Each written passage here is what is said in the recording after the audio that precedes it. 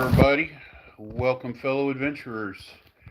We are going to do this, go for about half an hour this time.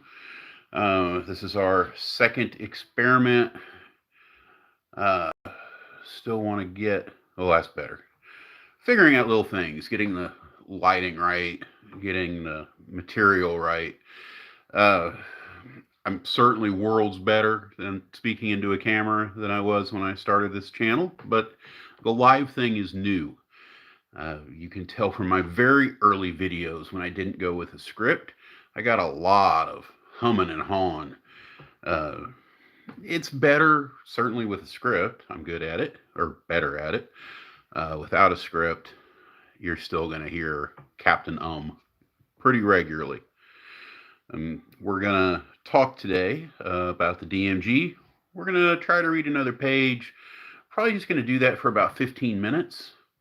And I realize I don't have my sound hooked up here. My high-tech microphone. But then again, I don't have a viewer yet, so this is all just for the channel anyway. So let me get this all plugged in here. And I probably don't have enough charge to go the whole time, so get that plugged in there. I don't know. We'll see how this goes. Put that right there. I don't know if the charge is actually plugged in or not. Get this going over here. Still don't have my first viewer. I had people pop up almost instantly the first time. I'm not going to wait because this is still going onto the channel as a regular video after I save it and record it. I see I've got somebody now. Hello. We're gonna look at the DMG today. Study a little bit the new DMG, of course. We were on page 7, flying through it. The first thing is on page 7 talks about the need of a campaign journal. Absolutely amazing advice for any DM and for your players. Keep notes, keep track of what you're doing, keep timelines, write down NPC names. Your campaign journal for me is both what you're doing your prep, what you're having ready for your players. Hello, everybody. We're up to 5 viewers. That's impressive. At least for me, this is our second attempt at live streaming, just an experiment. Cameras, all that kind of stuff. I'm obviously going to have to do something about my arrangement. One of the things I'm planning on doing is actually maybe in a couple of days buying a new screen, or a new monitor, so I can do this from the PC with a webcam. First ever time webcamming. I don't know. We'll see how it goes. But yeah, campaign journals for a DM or players. You want to be able to keep notes, keep track of what you're doing. DM screen. I don't use a DM screen when I'm running things. I think probably the most useful thing it's there for is, see, I told you that ums and the uhs would come. The most important thing is it's got a lot of quick reference stuff on there. I still need to produce a way to pull up some of that material quickly. But, I mean, I'm usually faking it anyway, right? But for those of you who use DM screens, there's nothing wrong with it. You don't need all of your players, seeing everything. Uh, I do get wandering eyes, but they're not too bad. And a lot of the time I make my dice rolls, especially the most important dice rolls, right out in the middle of the table anyway. It's part of the excitement. Does the monster hit, or are you going to die? Adventurers and source books. There are tons and tons of books out there that you might use in any given campaign. And it's not just that. It's I'm trying to arrange this thing a little bit better. It's not just that. It's your notes. It's all the possible things. There we go. Oh, and all that jostling around, I lost all my viewers. But that is a lot better. We're going to go this way so we can see the art behind me a little bit better. I have to change that up from time to time. Ooh, there's Harley. All right. Um, there's so many just different source books you might be pulling from in any given campaign. If you're a traveling DM, if you're going to your LGS or somebody else's house, that's one of the big deals is loading up all those freaking heavy ass books. But you've also got your phone, you've got tablets. You can pull up almost anything quickly, and with a little time, you can pull up anything at all, really. Uh, Battle grid and miniatures. I was theater of the mind for a very long time. I had a player that very much wanted to start using more battle maps, and I did it a couple of times, and I'm kind of completely hooked now. I will certainly still do theater of the mind. I think I'm good at running that kind of thing, but it is easier for everybody to visualize if it's actually there on the map. You know, you can. It's a better feel as an average for everybody, and you have a lot of players and a lot of DMs that like to know exactly where the 5 foot mark is, exactly where the 10 foot mark is. You know, where's the ditch exactly, all relative to everything. And that is good. I mean, theater of the mind, you tell your players you're fighting near a cliff, but when it's on the map and you see there's two squares between you and the edge of the cliff, and really all that's stopping the bad guy from grabbing you and running you off the edge is just a dice roll. You know, it all becomes very real, and it makes you visualize that, hey, I need to move, you know, two more spaces over, so the DM can't get any wild ideas, and there's no misunderstandings later. Uh, Card accessories. Um, so this is a few different things. There are uh, some uh, some game accessories out that are spell cards. I'm sure most of you have seen them. I love them. The game, I'm a player, not a DM. My spell book is a card deck, and I use the cards.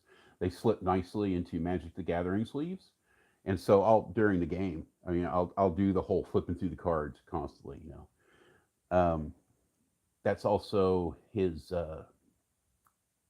thing. I mean, with when he's casting spells, it's he plays it out kind of like a card trick, or the mystical cards go flying into the air and shoot off as their magic missiles. That's his flavor in a lot of different ways. Uh, but you can keep everything on there. I mean, stat blocks, and for your monsters, you can use cue cards. I use the heck out of these things. Um, that's actually what I do for the station. Is my my ideas for episodes. A lot of them are short. Some of them are monsters that eventually might go on a website somewhere. I don't know. That's the plan. Um, but all that little note taking and little doodads, it's just never hesitate to use a tool to make your life easier, um, or to keep the dog away. Uh, we're turning the page. Page 8. So we're not 10 minutes in yet. I'm going to go for another 20. I want to state I'm Lewis Nichols. Uh, Welcome to the station. We're going through the DMG. I mostly do world building on the channel, but it's heavily for 5e D&D. We had some comments. We got something about Jesus. Cack. Yeah. All right, that's okay. Hopefully, I've picked up some subscribers along the way, but we'll see. This is all finding baseline for stuff. Preparing for a session. Now, I've tried to read ahead a little bit, so I got some idea. You don't want to watch the top of my head while I read and then get back up and, let me read it back to you. Uh, they've got this idea here that you can do 3 things in an hour in session. Three simple tasks. That might be a conversation with an NPC. It might mean defeating a complicated trap. What else do they have here? Solve a riddle. Fight a low difficulty battle. That seems like a lot, but maybe not. I don't really do low threat battles. Um, I tend to only focus on more important. Well, they're all important, but larger battles. Um, I'm going to start looking into this a little bit more in my own campaign and see how it plays out. Then we go into its recommendation for preparation time.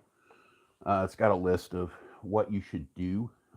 Say you have 1 hour to prepare. It gives you a suggestion of what those things should be. And then it goes for 2 hours and 3 hours, and how you can fill your time efficiently while you're doing prep. Um, I like one thing it kind of hints at in here. It doesn't say it too directly, but I don't know, maybe it does. But part of your prep on a regular basis should be to look at an individual player slash character and just think about your game from that character's point of view. What attention you can give them, what special perks they might be in line for, what magical items you might want to place that would help them. Now, ultimately, I think it's up to your party how to split up magic, but you still place things for players, for individual characters. Um, the story arc is the big thing when you're looking at an individual, and that's how you want to stress their place in the campaign. And it varies. If you have a lot of players, it's hard to find room for everybody all the time. That's why sometimes small tables are a lot better. It makes the combat go smoother whenever you've got 3 or 4 players. Sorry, giving the dog a little attention. Um, and you can focus more on individual character arcs. Uh, and for you players, attendance makes a big difference for how your character's getting attention. If you're only there half the sessions, your DM's not real encouraged to give you a big part of the story. I have some sessions that really depend on a specific character being around to be as fulfilling as it needs to be. When their big moment comes, if they're not there, that's hard to deal with as a DM and as the other players. I mean, they know if things are a little awkward. So this is our first jump because that's pretty much all of page 8. Page 9 is getting into stuff that I did not read ahead, but we're going to look at highlights, titles, and move on. We'll probably at the most go through the end of page 10, and then I'll swap over to those to some world building cards I have, and we'll just talk about random ass world building stuff. Recap: how to run a session. Recap. So this is for players and characters. When you're recapping at the beginning of a session, the DM wants to review what all happened, where you're at, not only in the story, but for not only in the story, but for geographically as well. Just some tables play every other week, maybe just once a month, maybe less than that. If a player misses, maybe it's been a while. So, and even if you're playing every week, there's a lot of people that have lives outside your game. So, they need to know. Put it all back together whenever you're diving into your 4-hour play session. It also gives them a little time to wind down. and the player recap, especially if you ended the session and, okay, we're going to pick up, you know, not just 2 weeks later in real time, but 2 weeks later in game time. It lets the players, give them a second to reaffirm their place in the party and your world and things that they're doing and things that that people would notice. That the stoneworker is working on a project, or uh, the thief has been slipping out at night, or uh, the maybe you're maybe you've got a sailor in your party. So of course he's a pugilist, because that's what the background says. And maybe you and your DM found or determined that they want a small tournament, so you want your friends, um, the other party members to know that. uh Encounters, how to run a session encounters. um it says that the bulk of D&D sessions consist of a series of encounters. That's true for the most part. I have what I call bookkeeping uh, portions of a campaign day, where you are talking about uh, how money's being spent, shopping, that kind of thing. Uh, bastions are a thing now, but there's always in my games been concerns outside just regular, campaigning. But for the most part, you're talking about encounters with NPCs. You're talking about travel, the process of travel, and a lot of it is just flat out, how's the dungeon going? Room to room, killing monsters, running fights. Uh, Step one of an encounter: describe the situation. Uh, this is your big chance for an introduction. Uh, I've been trying to do this a little bit more, but at the beginning of a fight or a scene in general, uh, make sure you try to get their attention. You tell them, you walk into a shop and everybody is silent, looking at the new people that have come in. They seem wary, wondering what opportunities and dangers you might have brought. There's merchandise on the walls, there's shelves, there's a fitting room for adventuring gear. At the counter is a towering uh, a towering human with a spiked hair. What can I do for you? You know, I'm a my big weak point is role playing. It honestly is.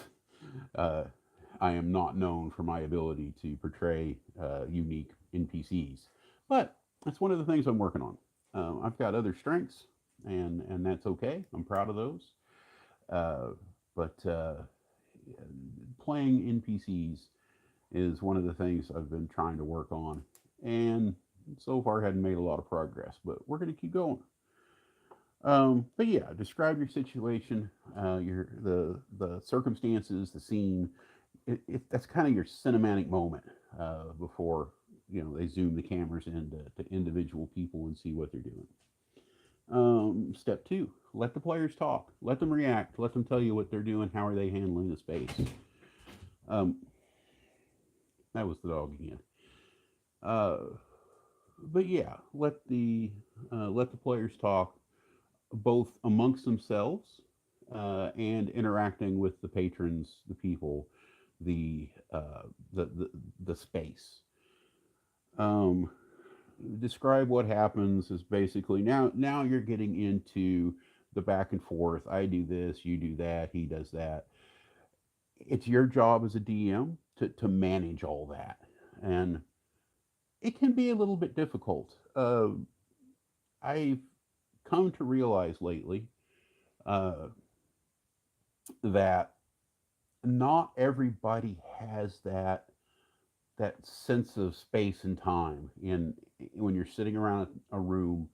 You tend to, okay, you guys are in the shop, you're doing such and such, and you're trying to have a conversation between the shopkeeper and the person, one of the NPCs or one of the PCs trying to have a conversation, and then another player, oh, something's going on at the table, his character's not there but wants to get involved, and they don't necessarily know.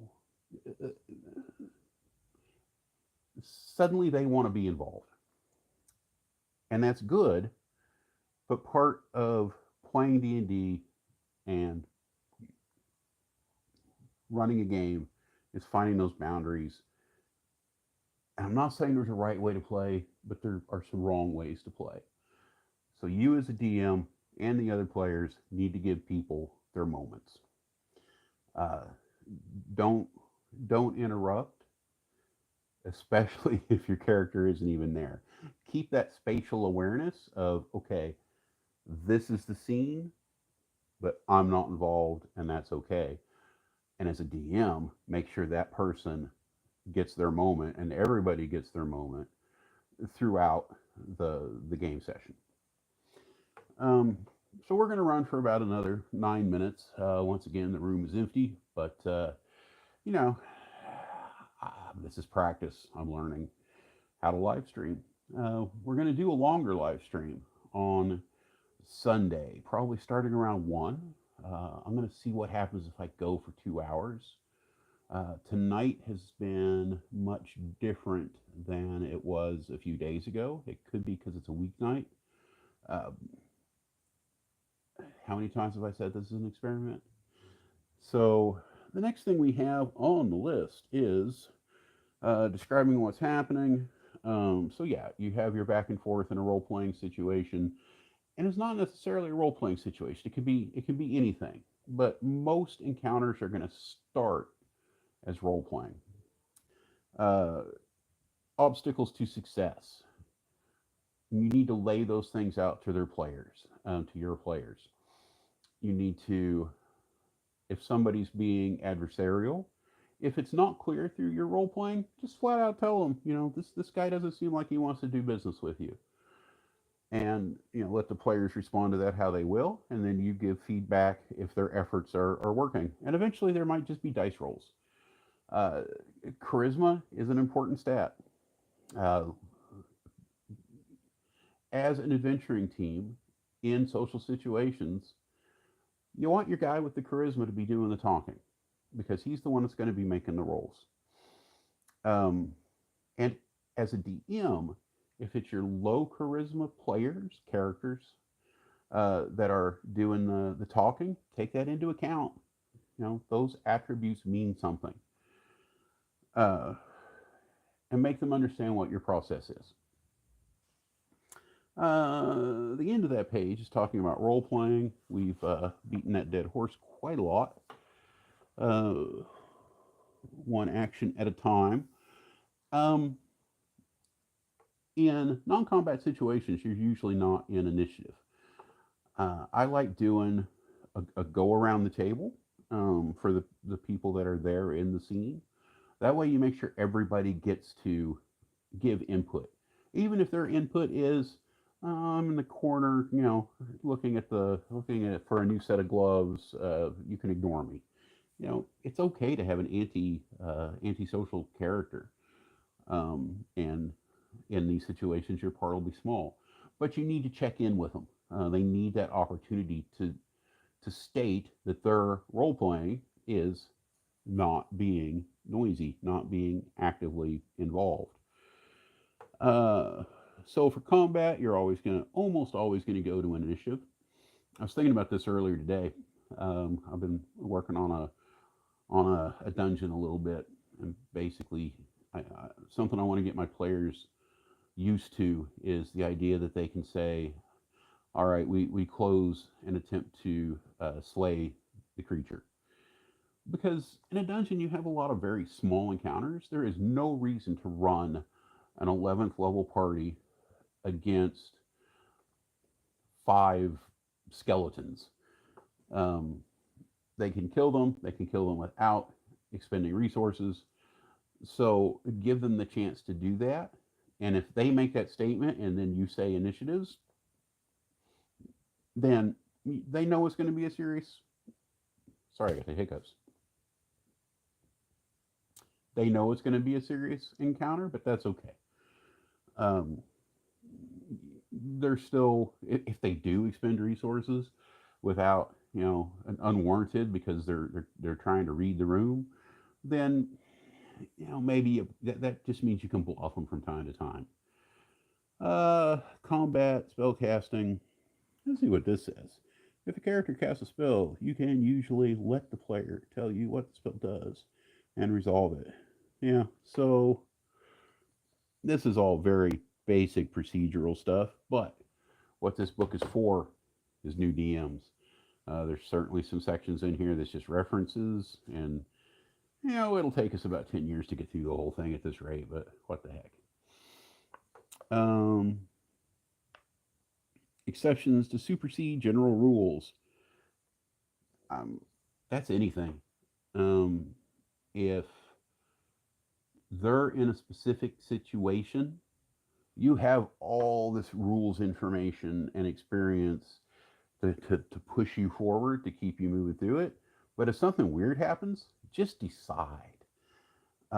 If you have somebody, complain that's not the right way to do it, let them state their case briefly. If they have a point, that's great.